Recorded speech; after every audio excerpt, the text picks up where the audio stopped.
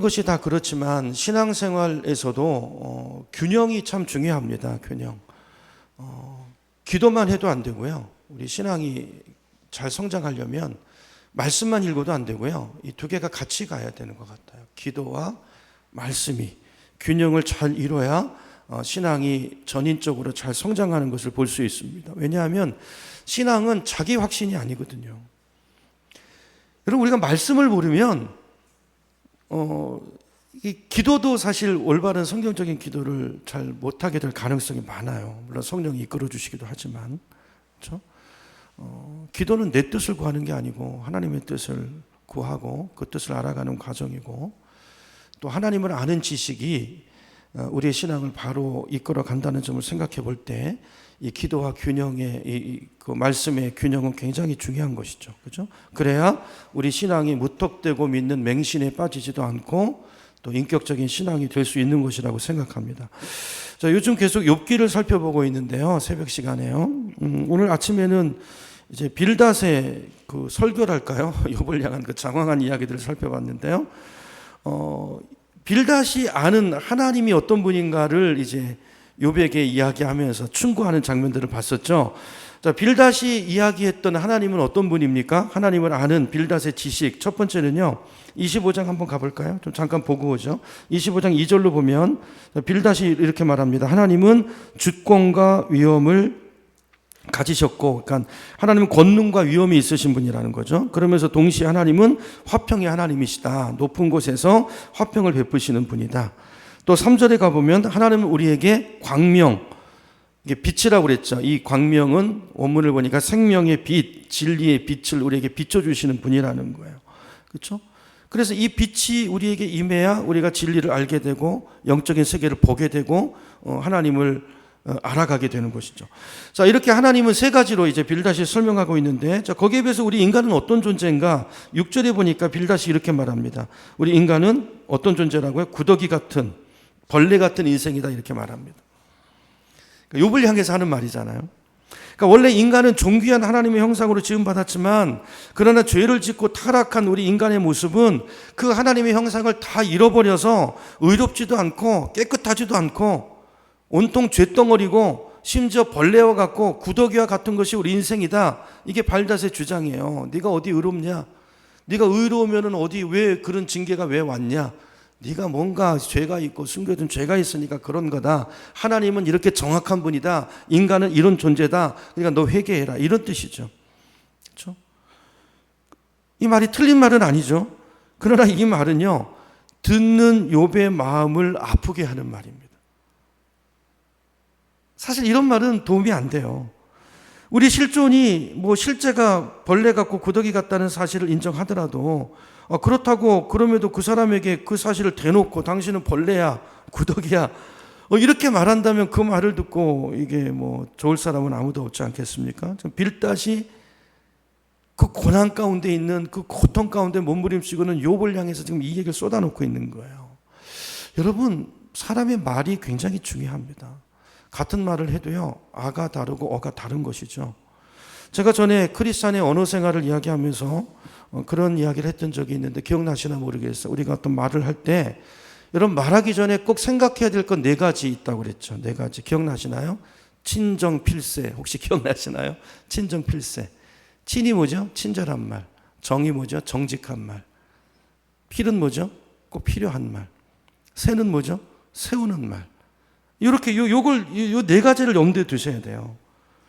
어떤 말을, 진리를 전달할 때 그것을 친절하게, 정직하게, 또 꼭 필요할 때 세워주는 방법으로 말을 해야 그 말에 의미가 있고 이제 가치가 바르게 전달되는 거죠. 여러분, 바른 말 하는 거 굉장히 중요합니다. 근데 더 중요한 것은 바른 말을 친절하게, 꼭 필요할 때 세워주는 자세로 하는 게 중요한 거예요. 근데 빌닷은 그런 관점에서 볼 때 뭐가 잘못되어 있는 것입니까? 태도가 잘못되어 있는 거예요. 태도가. 자기의 영적인 지식을 가지고 사람을 세워주는 게 아니라 무너뜨리고 있어요. 깎아내리고 있고 정죄하고 있고 아프게 하고 있고 상처를 주는 것을 보게 됩니다. 그러니까 지식이, 영적인 지식이 잘못 쓰이고 있는 것이죠. 그렇죠? 이런 빌닷에게 오늘 본문은 욥이 빈정되는 어투로 되받아치는 말이에요. 자, 이런 배경을 알면 오늘 말씀이 다시 이제 보시면 이해가 잘 되실 거예요.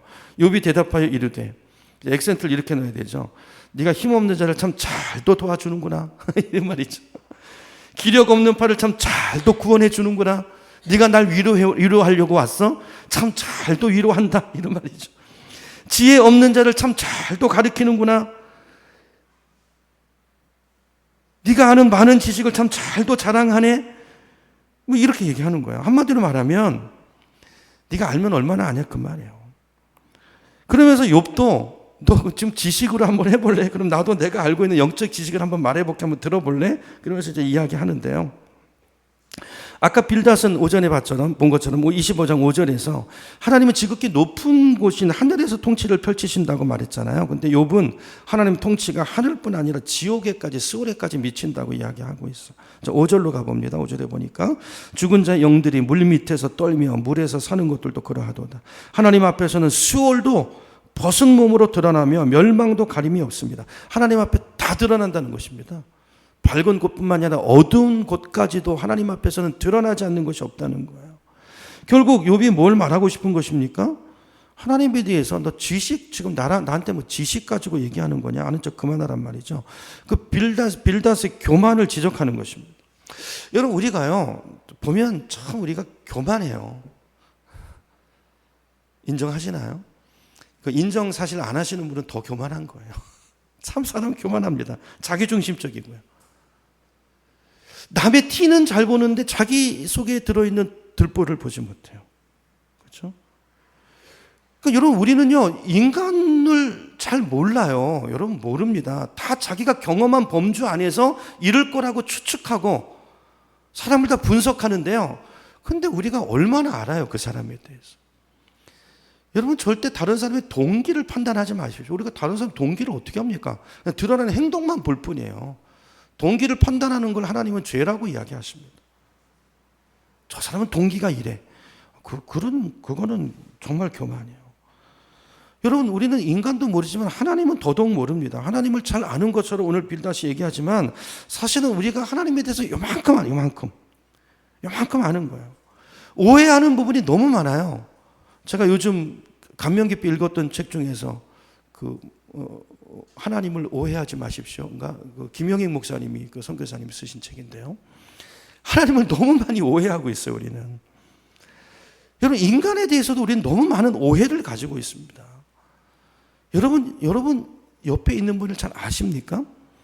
우리가 어떤 사람에 대해서 잘 아는 것 같지만 사실은 한 면을 보고 그 사람을 그 안경으로 보는 거예요. 사실은 우리는 사람도 잘 모릅니다. 내 생각으로, 내 경험으로 나는 내가 이렇게 생각하니까 저 사람도 저럴 거라고 생각하고 우리는 그렇게 오해하고 잘못 판단하고 실수할 때가 너무 많아요. 사람을 알려면 많은 시간이 필요합니다. 여러분, 부부도 보세요. 연애할 때, 여러분 연애 몇 년 해도 상대방 배우자가 알아지던가요? 모릅니다. 다 살아가지고 하는 말이 있잖아요. 내 속았다고. 몇 년 연애했는데 속았대요. 여러분, 사람을 알려면요, 시간도 많이 필요하고 그 사람과 같이 밥도 먹어보고 잠도 같이 자보고 여행도 같이 해보고 이런 공통적인 경험들이 많이 있어야 그 사람을 좀 알아요. 좀 아는 거예요. 이렇게 알아가는 거예요. 저도 제 아내를 20년 넘게 알아왔는데 아직도 잘 모를 때가 많아요. 잘 모를 때. 근데 우리가 보여주지 않는데 어떻게 알겠습니까? 내 속을 드러내지 않는데 어떻게 알겠습니까? 이번에 이제 오늘도 장례식이 있었지만 지금 자녀들이 하나하나 이제 그 유품들을 정리하면서 보는데 어머님에 대해서 너무 몰랐던 거예요. 어머님의 그 아픔, 그 고뇌, 그 눈물, 그 자식을 향한 철저한 그 기도. 모릅니다. 어머니의 사랑을 우리가 어떻게 알겠어요? 모릅니다. 돌아가신 후에 그런 추억들을 보면서 통회하고 그러면서 알아가는 것이죠. 근데 우리가 하나님을 어떻게 그냥 알 수 있겠어요? 그렇잖아요. 어떻게 하나님을 알겠습니까? 오늘 집사님 기도한 것처럼 하나님을 힘써 아셔야 됩니다. 힘써. 여호와를 힘써 알라 그랬어요. 내 백성이 나를 아는 지식이 없으므로 망한다 그랬어요. 너희가 나를 오해하였도다. 여러분, 하나님을 어떻게 그냥 알아요? 우리 이 좁은 머리로 말이죠. 우린 여러분 하나님이 만드신 이 우주가 세상이 얼마나 크고 넓고 광대한지 아십니까? 우리는 이 지구도 모르잖아요. 지구. 여러분 이 넓은 우주를 보세요. 하나님이 얼마나 크고 위대하신 분인가. 우리가 그분을 알려면 밤새도록 기도도 하고 금식도 하고 여러분 밤새도록 밤을 지새우면서 그분을 알기 위해서 성경을 파고 또 읽고 말씀을 연구하고 그 말씀의 뜻을 알기 위해서 하나님 앞에 엎드려 본 적이 언제입니까? 여러분 정말 성경을 열심히 연구도 해야 되고 공부하셔야 돼요. 공부하셔야 돼요. 이렇게 알아가는 것이지 가만히 기도만 하면 된다고요? 안 됩니다. 성경 왜 주셨어요? 기도만 하면 되면. 직통계시. 이거 얼마나 위험한 줄 아세요? 직통계시가? 이게 같이 가야죠. 같이. 여러분 예수님이 12 제자들을 보세요. 예수님과 3년을 동고동락하면서 주님이 직접 훈련시켰잖아요. 근데 주님을 모르잖아요. 오늘 본문 보셨잖아요.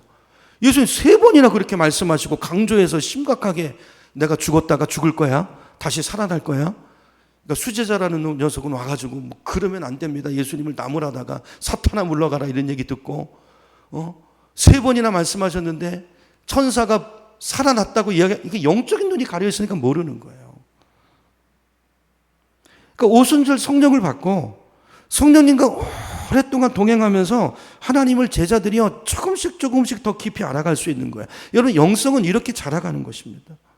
같이 동고동락하면서. 사람도 동고동락해야 알아가는데 어떻게 하나님을 그냥 알아요? 어떻게 책 몇 권 읽었다고 여러분 오늘 빌닷 같은 자세잖아요. 책 몇 권 읽고. 여러분 세상에서 제일 위험한 사람이 책 한 권 읽은 사람이래요. 그게 전부인 줄 알고 아는 척하는 거예요. 그러니까 안 읽은 사람은 못해요. 여러분 같이 하나님도 마찬가지입니다. 하나님과 같이 여러분 사셔야 돼요. 그분과 친밀한 교제를 통해서 서서히 만들어지는 것이 영성이지 하루아침에 되는 것은 없습니다. 그건 마귀가 얘기하는 꼬드기는 거죠. 그래서 영성은 하나님에 대해서도 많이 알아야 되지만 이런 지식도 필요하지만 실제 그분과의 교제를 통해서 늘 생활 속에서 나누는 일상 속에서 그분과 나누는 그 대화, 교제, 친밀함을 통해서 그 만남을 통해서 그분의 마음을 알아가고 따스함을 느끼고 자, 이런 과정을 통해서 자라간다는 걸 꼭 기억하셔야 돼요. 여러분 자녀들을 키우시잖아요. 부모가 애들과 함께하는 것보다 더 큰 좋은 교육은 없습니다. 나가서 돈 열심히 벌고 그 비싼 돈으로 과외 공부 시키면 잘 될 것 같죠? 아니요. 잘 되지 않습니다. 인간은 전인적인 존재거든요. 지식은 잘할지 모르지만 성장이 멈춰지는 영역이 있어요. 감정의 영역, 감성의 영역. 이게 막히면요. 영적으로도 멈춥니다. 스탑됩니다. 여러분 사람들 보세요. 주변 분들 보세요. 다 보면요. 어느 영역이 다 병들어 있어요. 다 성장이 멈춰 있어요. 어떨 때는 멀쩡해요. 근데 어떤 영역은 이상해요. 인정하시나요? 그런 면이 저한테도 있고 여러분한테도 다 있어요. 그러니까 어떤 영역은 결핍돼 있어요. 성장이 안 돼 있어요. 성장이. 어린아이예요. 그대로 멈춰 있어요. 전인적인 교육이 중요합니다. 만남이 중요해요. 만남. 신앙생활은 관계입니다. 하나님과의 관계, 이웃과의 관계예요. 관계가 잘 안 되는 분은 관계가 잘 안 되는데 하나님과 관계가 잘 안 되고 이웃과 관계가 잘 안 되는데 신앙이 좋을 수는 없습니다. 그건 가짜예요. 그건 그런 척 하는 거예요, 그냥. 어떤 종교생활로 뭔가로 이렇게 때우는 거지. 아니, 신앙생활은 믿음은 관계입니다, 관계. 인격적인 관계, 이웃과의 관계, 부부와의 관계, 자녀와의 관계. 이게 그 사람의 신앙이에요. 하나님은 그걸로 판단하세요. 뭘 많이 아느냐가 아닙니다. 이 지식이 아닙니다. 그래서 이게 중요하고요. 만남입니다. 관계를 여러분 소중히 하시고, 여러분 가정에서부터 그 훈련을 잘 하셔야 되고요. 하나님과의 관계. 제가 자꾸 요즘 예수님 영접 얘기를 많이 하잖아요. 근데 자꾸 얘기해도 이게 무슨 말인지 잘 모르시는 분, 이거 그냥 헛들어 넘기시면 안 돼요. 정말 이게 신앙생활의 전부고 시작이에요. 이거 없으면 여러분 신앙생활 안 하고 있는 거예요. 예수님 영접하셨습니까? 다른 인격을 모신 거예요, 내 안에. 그러니까 이분을 의식하고 염두에 두고 이분과의 대화 속에서 교제와 다스림 속에 살아가고 있어요. 때로는 다투기도 하고 하나님 앞에 투정도 하고, 그럼 도대체 나보고 어떻게 하라는 겁니까? 이런 얘기도 좀 물어보고, 하나님의 음성을 좀 듣고 그대로도 가보고, 이게 뭡니까? 이런 과정들을 통해서 자라가는 거예요. 그분을 인식해 가는 것입니다. 두 번째, 이제 하나님을 바로 알려면 이제 영적인 지식도 필요하지만 세상적인 지식도 필요합니다. 오늘날 이제 많은 크리스찬들의 맹점 중에 하나가 뭐냐면 교회 안에만 있고 성경만 읽는다는 거예요. 여러분, 특히 요즘 같은 시대는요, 성경을 잘 알고 잘 깨닫고 성경을 잘 변론하려면 세상 책도 많이 읽으셔야 돼요. 특별히 과학책을 여러분 많이 읽으셔야 돼요. 왜냐하면 특별 은총만 하나님의 계시인 것이 아니고, 이건 특별 은총이지만 일반 은총도 하나님의 계시예요. 하나님은 성경을 통해서만이 아니라 일반 은총적인 영역에서도 당신이 어떤 분인가를 계시하십니다. 그러니까 과학이 성경을 판단하는 잣대가 되면 안 되지만 성경을 이해하는 굉장히 큰 도움, 디딤돌이 될 수 있어요. 과학과 세상적인 지식이 말이죠. 그렇죠?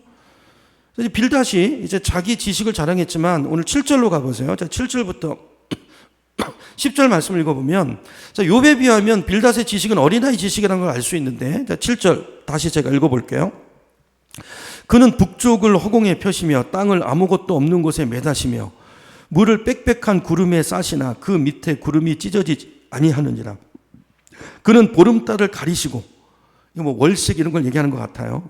일식 뭐 이런 거. 자기 구름을 그 위에 펴시며 수면의 경계를 그으시니 빛과 어둠이 함께 끝나는 곳이니라.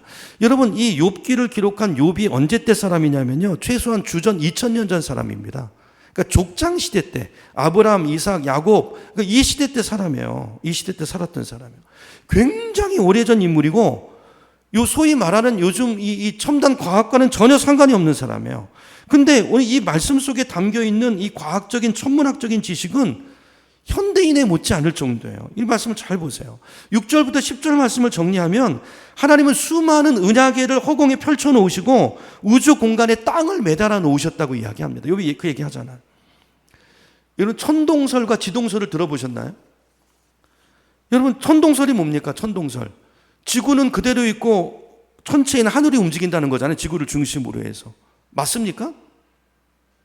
이거 지구 중심적인 사고잖아요. 아니잖아요. 지구가 돌죠. 지구가 돌고 지구가 공전하잖아요. 그리고 이게 또 돌고, 그러니까 16세기 말까지만 해도, 그러니까 16세기면 언제입니까? 지금으로부터 5, 600년, 뭐 이때 전까지만 해도 세상 사람들 전부 그런 줄 알았어요. 지구가 네모난 줄 알고. 그래서 지동설을 주장했던 그 갈릴레오 같은 사람이 처형을 당하고, 저거 마귀 귀신 들렸다 이래가지고 그 성경을 이해 못하는 거죠. 그죠?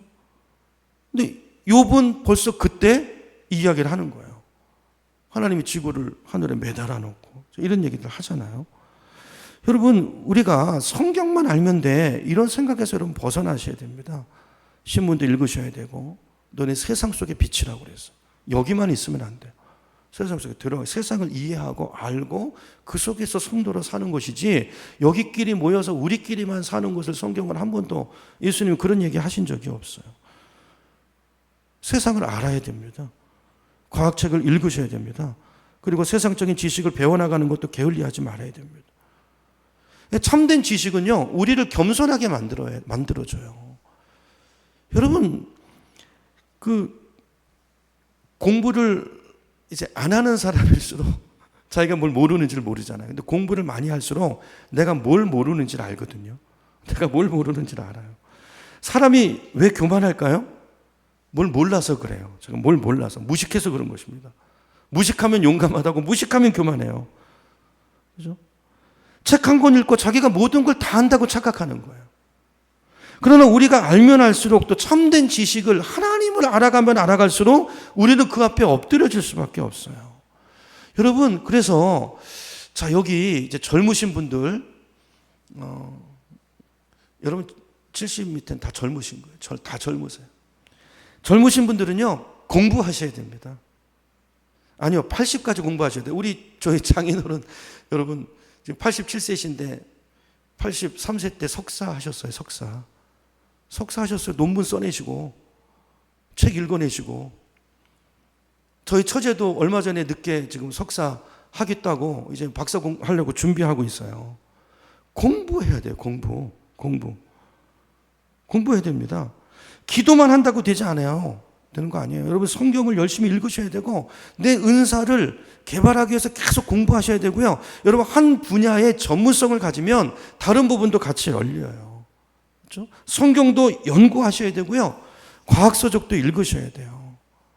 저는 이런 우리 다음 세대 가운데 이런 인재들이 많이 나왔으면 좋겠고 이런 인재들을 키워내는 교회가 됐으면 좋겠어요. 그 세 가지 이제 정리하면요. 성도는 먼저 영적 지식에 탁월해야 되죠. 영적 지식은 어디서 옵니까? 기도에서 오는 기도. 그죠? 영성이 있어야 돼요. 그죠? 하나님을, 이게 기도가 뭡니까? 하나님을 직접 대면해서 하는 거잖아요. 모세가 그런 사람이었죠. 그러니까 하나님을 많이 알려면 어떻게 됩니까? 첫째 기도해야 되고, 말씀을 통해서 하나님이 내가 누구다 라는 거를 계시하신 부분들이 있잖아요. 이걸 연구해서 알아가야 되고요. 하나님에 대한 이해를 가져야 되고요. 그리고 하나님이 하신 일들이 있잖아요. 그럼 그분의 성품과 그분의 어떤 그 모습을 보여주는 부분이니까 그런 말씀들을 통해서 나를 이해하고 나를 힘써 알라고 하나님께서 역사 속에서 계시하신 그 말씀을 오늘 우리에게 주신 거예요. 그렇죠? 이걸 통해서 하나님을 깊이 힘써서 열심히 공부하면서 하나님을 알아가야 되는 것입니다. 한 가지 더 말한다면 세상적인 지식도 필요해요. 그러니까 우리가 과학을 모르면 과학을 공부한 사람들이 와가지고 이게 잘못됐고 그래도 여러분 말할 수가 없잖아요. 복음 못 전합니다. 이 시대는. 과학책을 읽으셔야 돼요. 그래서 이게 이런 거고. 여러분 요즘 보면 이제 창세기 1장부터 3장까지 이 창조 설화에 대한 이 과학의 이 진화론의 이 공격들과 거기에 대한 답하는 또 성경학자들의 그런 대답들 이런 것들이 출판물로 쏟아지고 있거든요. 그죠? 이 진화론과 유사 진화론이 뭔지 여러분 이거를 아셔야 됩니다. 이걸 아셔야 되고요. 그래야 이런 걸 알아야 신앙이 더 확실해지는 거예요. 내 신앙이 더 확실해지는 거고 하나님의 진리가 이게 정말 진리다. 더 굳건한 이 세대 가운데서 흔들리지 않는 믿음 가운데 설 수 있고 그래야 우리 자녀들을 바르게 신앙인으로 키워낼 수 있어요. 교사들이 애들을 바로 키워낼 수 있어요. 여기서 그냥 이것저것 모르고 여러분 여기서 그거 모르고 가르치면 애들은 학교 가서 엄청난 것들을 배웁니다. 게임이 안 돼요. 그래서 이게 참 사실 우리 교회 교육도 참 이게 준비를 많이 해야 되고 우리가 공부를 해야 돼요. 그래서 우리가 오늘 욥기서 말씀을 통해서 하나님을 아는 지식이 너무나도 중요하다는 걸 기억하시고 이 균형을 갖추기 위해서 여러분 힘쓰고 애쓰시고 또 교회에서 이제 훈련 프로그램들을 마련할 때마다 여러분 힘써서 나와서 배우시기 바랍니다. 그리고 그 성경 우리 주보에 이렇게 넣어드리는 거 있잖아요. 여러분 읽고 계시나요? 제가 보니까 내시는 분들만 내시더라고요. 저희 교회는 한 반 정도는 하시는데 하셔야 됩니다. 목자분들 안 하시는 분들 하셔야 돼요. 왜 안 하세요? 하셔야 돼요. 그러면 딴 거 공부하고 계시나요? 하셔야 됩니다. 그리고 이게 지금 교회가 하는 거잖아요. 리더십이 안 하고 목자가 안 하면 성도를 안 합니다. 그리고 리더십이 해야지 이제 하나가 돼서 해야지 이제 처음 우리 박순자 성도님 같은 분 보세요. 박순자 성도님 다 내시거든요. 초신자예요. 왜 내냐면 목자분이랑 인도하신 분들이 본인이 하고 도와주고 격려하니까 하는 거예요. 그 별거 아닌 것 같지만요. 그 괄호넣기 하면서 그렇게 하나님과 가까워지는 거예요. 그리고 공동체가 이렇게 하나 돼서 나가는 게 굉장히 중요합니다. 나한테 필요 없으면 안 하고 나는 더 높은 공부를 이게 아니고요. 공동체를 생각하셔야 돼요. 연약한 분들을 같이 끌어주고 이걸 매개체로 해서 서로 끌어주고 당겨주고 하나 되고 이렇게 가는 그런 우리 교회가 됐으면 좋겠어요. 여러분 균형이 중요합니다. 기도하셔야 되고요. 매일매일 말씀 읽으셔야 되고요. 교회에서 내주는 그것도 따라서 안 하면 제가 어떻게 신앙을 지키는지 제가 참 납득이 안 가요. 왜냐하면 저도 직장생활 해봤고 세상에서 치열하게 살아봤거든요. 압니다. 어떤 데인지 알아요. 그래서 못한다고 하는데 아니요. 제가 살아보니까 그러니까 더 해야 돼요. 그러니까 세상에 빠지지 않고 휩쓸려가지 않기 위해서 시간이 없어서가 아니라 우선순위를 두고 해야 돼요. 하나님을 더 사랑하셔야 됩니다. 그래야 세상을 이길 수 있고 우리는 이 땅에서 영원히 살지 않아요. 가야 돼요. 가야 돼요. 이 땅에서 내 사명을 감당하기 위해서 말씀과 기도를 떠나서 어떻게 사명을 감당해요? 지금 떠내려가고 있는 거죠. 그래서 우리가 작은 것에서부터 이렇게 하나하나 소홀히 여기지 않고 말씀과 기도, 규칙적으로 함께 또 공동체 안에서 서로 격려하고 마지막 때 모이게 힘쓰고 서로 만나면 집사님 하고 계시나요? 성도님, 내가 해봤더니 이건 또 목사님 이게 좀 출제가 좀 잘못된 것 같아. 뭐 이런 이야기도 하시고 이러면서 그런 것들을 통해서 교제하고 이렇게 하나님 앞에 또 성숙하게 더 깊어져 가는 힘써 알아가는 저 여러분 되기를 주님의 이름으로 축원합니다.